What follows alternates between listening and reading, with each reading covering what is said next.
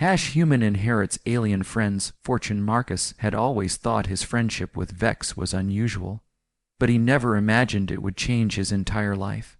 The blue-skinned alien had been his roommate during their years at the Galactic Trade Institute on Luna Station. While most humans found the Altarian culture strange and their customs difficult to understand, Marcus had been fascinated by Vex's stories of his homeworld and the complex family structures that governed their society. When Vex graduated with honors in interstellar commerce, he returned to Altair Prime to take over his family's vast trading empire. Marcus continued his studies in xenobiology, eventually becoming a researcher at the Terran Science Council. They maintained their friendship through quantum communications, exchanging letters and video calls across the light years that separated them. The message that arrived on a cold Tuesday morning in March changed everything. Marcus stared at the holographic projection of Vex's family attorney, a tall, elegant Altarian woman named Kira, whose silver eyes seemed to look directly into his soul despite the vast distance between them. Marcus Thompson of Earth. She began in the formal tone reserved for legal proceedings. I regret to inform you that your friend Vex Morden has passed away unexpectedly in a transport accident. According to the laws of our world and his final testament, you have been named as his primary heir. Marcus felt the world spin around him. Vex dead? It seemed impossible. Just last week, they had been discussing plans for Marcus to visit Altair Prime during his upcoming sabbatical. Now his friend was gone, and apparently Marcus owned everything he had left behind. Kira continued reading from the glowing scroll in her hands. The inheritance includes the Morden Trading Company valued at approximately 47 million galactic credits, the family estate on Altair Prime, 3 commercial vessels, and various personal effects. Additionally, according to Altarian law, you are now the legal guardian of his widow Lyra Morden. Guardian? Marcus interrupted, his voice cracking with emotion and confusion. What does that mean exactly? In our culture, when a bonded male dies without offspring, his closest male friend assumes responsibility for his widow's welfare. This includes providing for her needs, protecting her honor, and if she consents taking her as your own mate. Lyra has agreed to this arrangement. Marcus sat in stunned silence. He had heard Vex mention his wife in their conversations, but had never met her. The idea of suddenly being responsible for an alien woman he had never seen was overwhelming. Yet he knew Vex well enough to understand that his friend would never have made such arrangements lightly. I need time to process this, Marcus said finally. Of course, Kira replied. However, I must inform you that certain legal deadlines must be met. If you choose to accept the inheritance, you must travel to Altair Prime within 60 standard days to formalize the arrangements. If you decline, everything will be distributed among Vex's distant relatives according to traditional law. After the transmission ended, Marcus sat alone in his small apartment on Luna Station, trying to make sense of what had just happened. He had gone from being a modest researcher to potentially one of the wealthiest beings in the galaxy. But more importantly, he now had a responsibility to honor his friend's memory and care for the woman Vex had loved. The next few days passed in a blur of legal documents and preparations. Marcus arranged for extended leave from his research position, booked passage on a commercial liner bound for Altair Prime, and tried to learn everything he could about Altarian marriage customs and social expectations. During the 3-week journey through hyperspace, Marcus found himself growing increasingly nervous about meeting Lyra. What if she resented being passed to a human like some kind of inherited property? What if they had nothing in common? What if she was grief-stricken and wanted nothing to do with him? The transport ship emerged from hyperspace near Altair Prime, and Marcus got his first look at the world that would be his new home. The planet was a stunning blue-green marble with 3 small moons and rings of crystalline asteroids that caught the light of the binary star system. Cities sprawled across the continents, connected by gleaming transport tubes, and surrounded by vast gardens that could be seen from orbit. As the shuttle descended toward the capital city, Marcus caught sight of the Morden estate. It was enormous even by Altarian standards, with towers that spiraled up toward the sky and gardens that seemed to stretch for kilometers in every direction. Somewhere in that vast complex was the woman who was now his responsibility. The shuttle touched down on a landing pad carved from what appeared to be a single enormous crystal. Marcus gathered his few belongings and stepped out into the alien air of Altair Prime. The atmosphere was breathable for humans but felt different, somehow thinner, and with a faint metallic taste that reminded him of ozone after a thunderstorm. Kira was waiting for him along with a small group of household staff. As they walked through the estate, Marcus was struck by the incredible beauty of everything around him. The architecture seemed to flow like water frozen in time, and every surface was covered with intricate patterns that seemed to shift and change as he looked at them. "Lyra is waiting for you in the main reception hall," Kira explained as they walked. "She has been looking forward to meeting you ever since we sent word of your arrival." Marcus felt his heart racing as they approached the hall. Through the translucent walls he could see a figure waiting inside a woman whose silhouette was graceful and alien, yet somehow familiar. This was it. In moments he would meet the woman who had been his friend's wife, and who might now become his own. The doors opened silently, and Marcus stepped inside to face whatever destiny awaited him on this strange and beautiful world. Lyra stood in the center of the vast reception hall, and Marcus was immediately struck by her otherworldly beauty.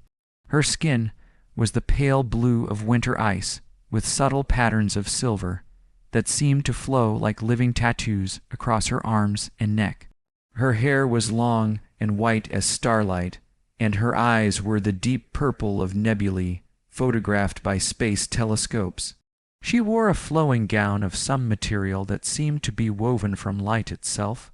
"Marcus," she said in accented but perfect English, "Vex told me so much about you. I feel as though I know you already."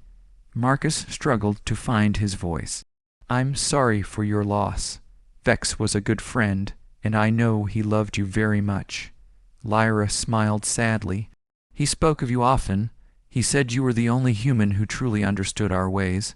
That is why he chose you to be my guardian." The word guardian still made Marcus uncomfortable. It implied a relationship of inequality that felt wrong to him. "I hope we can get to know each other as equals rather than as guardian and ward." "That is very human of you to say," Lyra replied with what might have been amusement in her voice.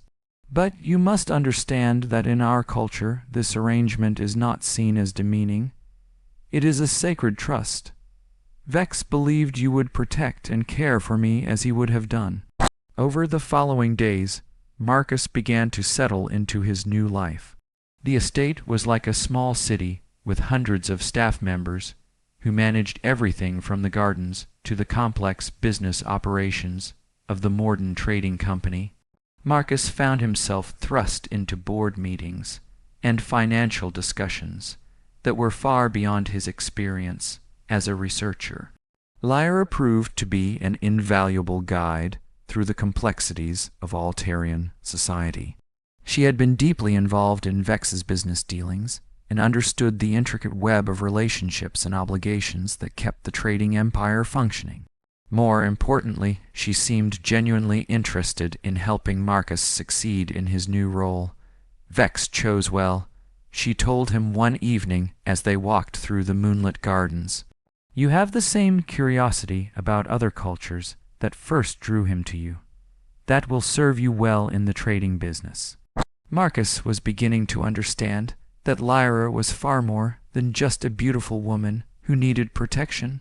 She was intelligent, shrewd, and had a deep understanding of galactic commerce that rivaled that of any business school graduate.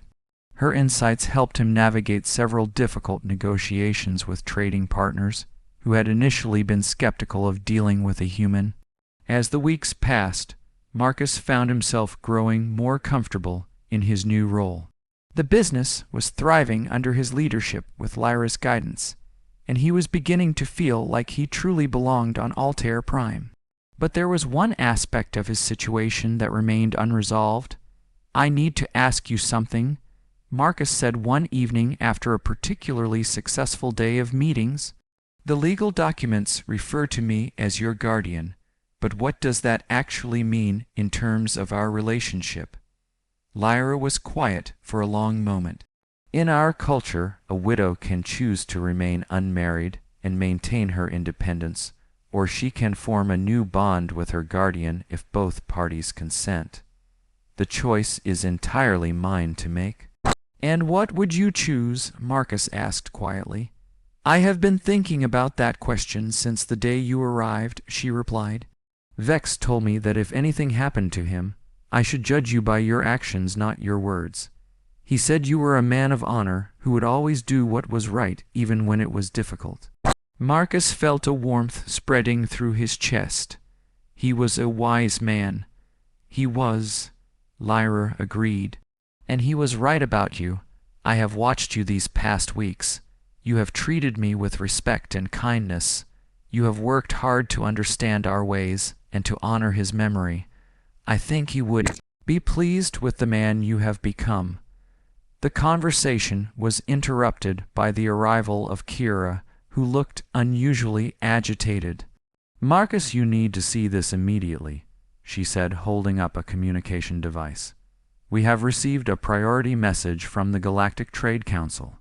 The holographic display showed the stern face of a Centaurian official. "This is to inform all parties that a formal complaint has been filed against the Morden Trading Company by the Krill Consortium.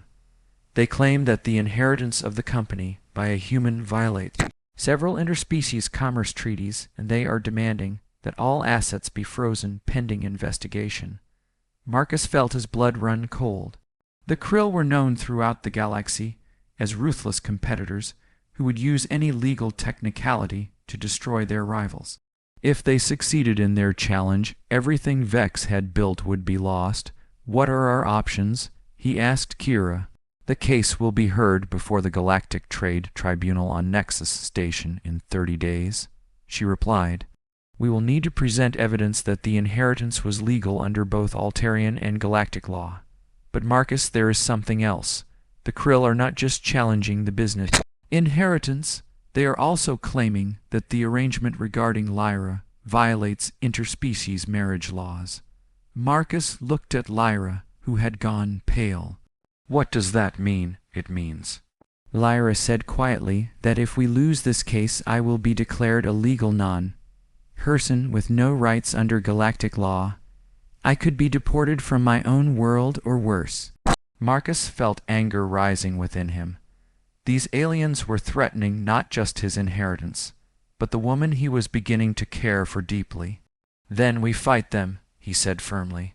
"We prove that everything Vex did was legal and proper." "It will not be easy," Kira warned. "The Krill have vast resources, and they play by different rules than we do. They will use every dirty trick they can think of." "Let them try," Marcus replied. "Vex trusted me to protect what he valued most. I will not let him down." As they prepared for the legal battle ahead, Marcus realized that his feelings for Lyra had grown beyond mere responsibility. Somewhere in the weeks they had spent together, he had come to care for her as more than just his friend's widow. The thought of losing her was unbearable. The case would determine not just the fate of the Morden Trading Company, but the future of everyone Marcus had come to love on his adopted world. The journey to Nexus Station took 5 days aboard the fastest ship in the Morden fleet. Marcus spent the time studying legal precedents and preparing his testimony, while Lyra worked with their legal team to organize the evidence they would present. The space station was a massive structure that orbited the neutral zone between several major galactic powers, serving as a meeting ground for diplomats and traders from across the galaxy. The Galactic Trade Tribunal convened in a vast circular chamber with representatives from dozens of species, serving as judges. Marcus had never felt more alien than he did sitting in that room, surrounded by beings whose appearance and customs were utterly foreign to him. But he drew strength from Lyra's presence beside him, and from the knowledge that he was fighting for something worth defending. The Krill representative was a towering insectoid creature with multiple arms and eyes that seemed to look in all directions at once. His voice was a harsh buzzing sound that the translation matrix rendered into cold, precise words. Honored judges. He began, "We are here today because fundamental principles of galactic law have been violated. The inheritance of the Morden Trading Company by a human represents a dangerous precedent that could destabilize interspecies commerce throughout the galaxy." Marcus listened as the Krill attorney argued that humans were too primitive and emotionally unstable to be trusted with major trading operations. He claimed that Vex had been mentally incompetent when he made his will, and that the arrangement regarding Lyra was essentially a form of slavery that violated the basic rights of sentient beings. When it was his turn to speak, Marcus stood slowly and looked around the chamber. "Honored judges, I stand before you not as a primitive human, but as the chosen heir of one of the most respected traders in the galaxy. Vex Morden was my friend, and he knew me better than any being in this room. He chose me not because I was human, but because he trusted me to honor his memory and protect what he valued most." Marcus went on to present evidence of his successful management of the company over the past months.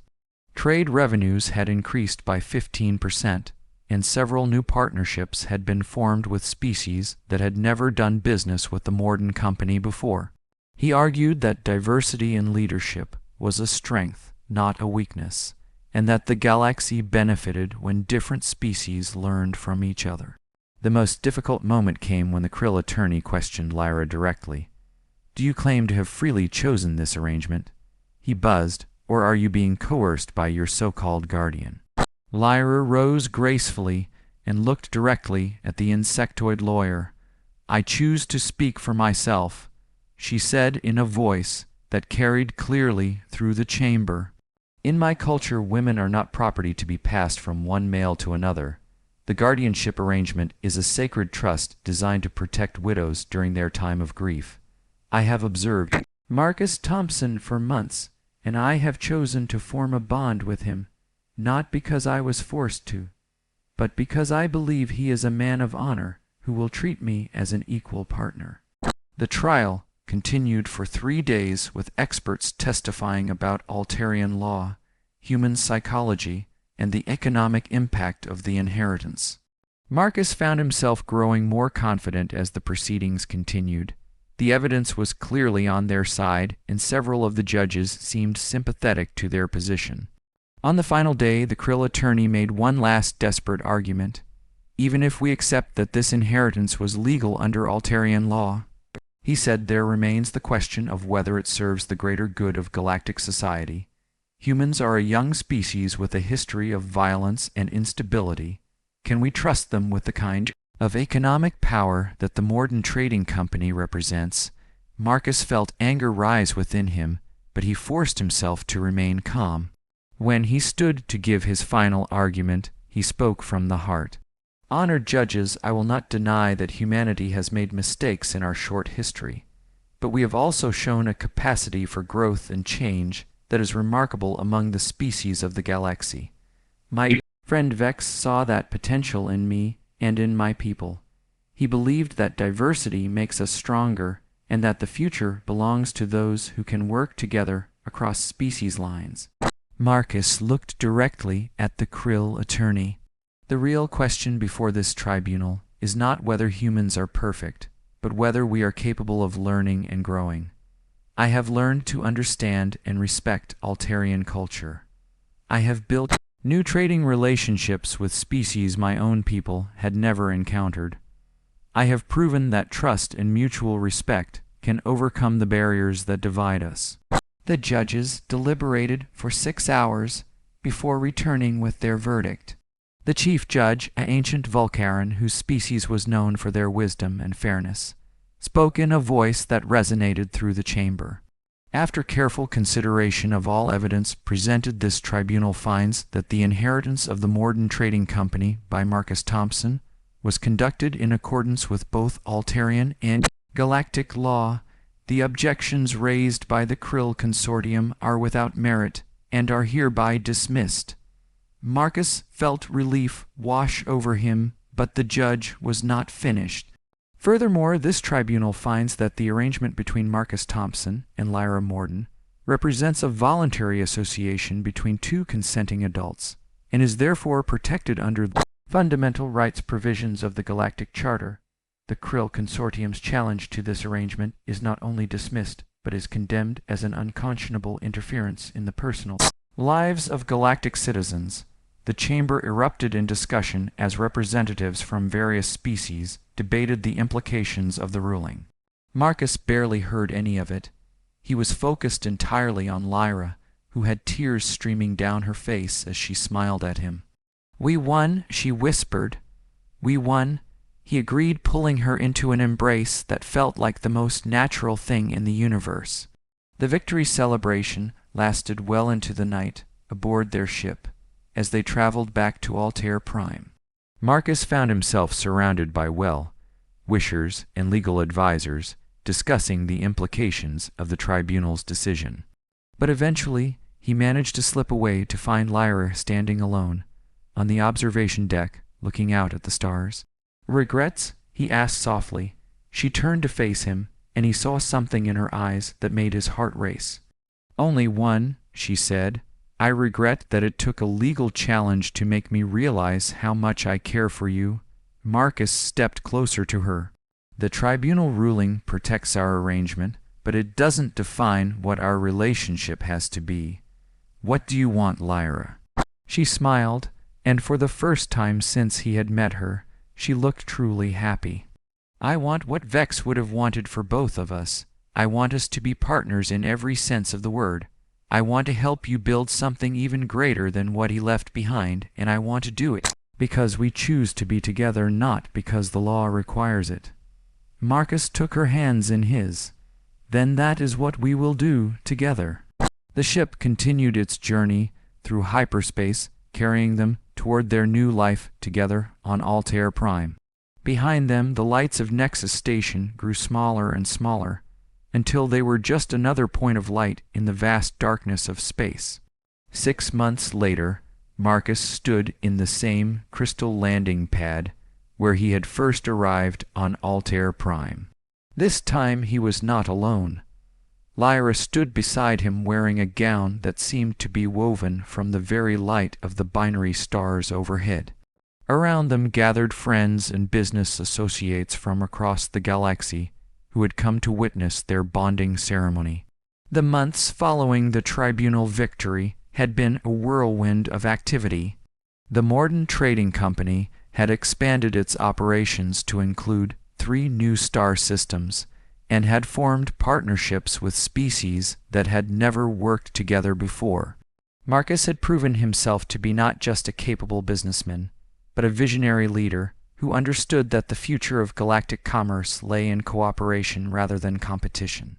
But more important than any business success was the relationship that had grown between Marcus and Lyra. What had begun as a legal obligation had evolved into something deeper and more meaningful than either of them had expected. They had become true partners working together to build a future that honored Vex's memory while creating something entirely new. The ceremony itself was a blend of human and Altarian traditions. Marcus had spent weeks learning the complex rituals that would make their union official under Altarian law, while Lyra had worked with human diplomats to ensure that their marriage would be recognized on Earth as well. The result was a celebration that reflected both cultures while creating something unique to their relationship. As the twin suns set over the crystal spires of the capital city, Marcus and Lyra exchanged vows that they had written together. They promised to support each other through whatever challenges lay ahead, and to always remember that their love had grown from friendship and mutual respect. I promise to honor the memory of the friend who brought us together, Marcus said as he placed a ring made from Altarian crystal on Lyra's finger, and to build a future worthy of his trust in both of us. Lyra's response was spoken in the ancient language of her people, but the translation matrix carried her words to all the assembled guests. I promise to be your partner in all things, and to help you understand that love is not about possession, but about choosing to grow together towards something greater than either of us could achieve alone. The celebration continued long into the night, with guests from dozens of worlds sharing stories and forging new friendships. Marcus found himself thinking about how much had changed since that day, when he first received news of Vex's death. He had gone from being a modest researcher to becoming one of the most influential traders in the galaxy. More importantly, he had found love with a woman who challenged him to be better than he had ever imagined possible. As the guests began to depart, Marcus and Lyra found themselves alone in the gardens where they had first begun to know each other. The same 3 moons that had watched over their early conversations now looked down on them as husband and wife. "Do you think he would be proud of us?" Lyra asked as they walked hand in hand through the moonlit paths. Marcus considered the question seriously. "I think he would be amazed at what we have built together. But more than that, I think he would be happy to know that his trust was not misplaced. We have honored his memory by creating something beautiful and lasting." They stopped at a fountain where water danced in impossible patterns shaped by the unique gravity of Altair Prime. In the center of the fountain was a memorial stone carved with Vex's name and the words, "A friend who saw beyond the barriers that divide us. He gave us more than just his fortune." Lyra said quietly, "He gave us the chance to discover what we could become together." Marcus nodded, understanding that their story was really just beginning. The inheritance that had brought them together had been just the starting point for a journey that would take them to places neither of them could have imagined. They had proven that love could transcend the boundaries of species and culture, and that trust could overcome even the most fundamental differences. As they stood together beside the memorial fountain, Marcus felt a presence that might have been imagination, or might have been something more. For just a moment, he could almost hear Vex's voice carried on the alien wind, telling him that friendship was the most valuable inheritance of all. The years that followed were filled with adventures that would have seemed impossible to the young researcher who had first arrived on Altair Prime. Marcus and Lyra expanded their trading empire to include ventures in sectors of the galaxy that had never been explored by commercial interests. They established the first interspecies university dedicated to cross-cultural studies and funded research programs that brought together scientists from hundreds of different worlds. But perhaps their greatest achievement was the family they built together. The medical advances that allowed interspecies reproduction had given them 3 children who embodied the best qualities of both human and Altarian heritage. Their eldest daughter inherited her mother's ethereal beauty and her father's curiosity about the universe. Their twin sons showed early signs of the mathematical genius that made Altarians such skilled traders, combined with the emotional intelligence that was humanity's greatest strength. As Marcus approached his 50th birthday, he often reflected on the strange chain of events that had brought him to this point. A simple friendship formed in the corridors of a trade school had led to a life beyond his wildest dreams. He had learned that the universe was far more complex and beautiful than he had ever imagined, and that the bonds between different species could be stronger than any force in the galaxy. The Morden Trading Company had become more than just a business. It had evolved into a symbol of what could be achieved when different species worked together toward common goals. The company's success had inspired other interspecies partnerships and had helped to usher in an era of unprecedented cooperation across the galaxy. Marcus knew that none of this would have been possible without the trust that Vex had placed in him all those years ago. His friend had seen potential in him that he had not even known existed, and had given him the chance to prove himself worthy of that trust. The inheritance had been just the beginning of a journey that had transformed not just his own life, but the lives of countless beings across the galaxy. As he stood once again in the crystal gardens of his estate, Marcus felt grateful for every moment of the extraordinary life he had been given. Lyra approached him carrying their youngest child, a daughter, whose eyes held the wisdom of ages despite her tender years. "What are you thinking about?" she asked, settling beside him on the bench where they had shared so many conversations over the years. "I am thinking about friendship," Marcus replied, "and how it can change everything if we have the courage to trust in it."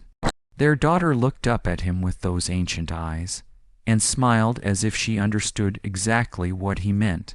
In that moment, Marcus knew that the legacy they were building together would endure long after they were gone. The love that had grown from friendship would continue to inspire future generations to reach across the vast distances that separated different worlds and different species. The story that had begun with an unexpected inheritance had become something far greater than either Marcus or Lyra could have imagined. It had become a testament to the power of love to transcend any barrier and to the importance of honoring the trust that others place in us. Most importantly, it had proven that the greatest inheritances are not measured in credits or properties, but in the relationships we build and the love we share with others. As the 3 moons of Alt Air Prime rose once again over the crystal spires of the capital city, Marcus held his family close and knew that he was exactly where he belonged. The universe was vast and full of wonders, but home was wherever love lived and trust flourished. In the end, that was the greatest gift his friend had given him, the knowledge that true wealth could not be measured in any currency, but could only be found in the bonds we forge with others across the infinite expanse of space and time.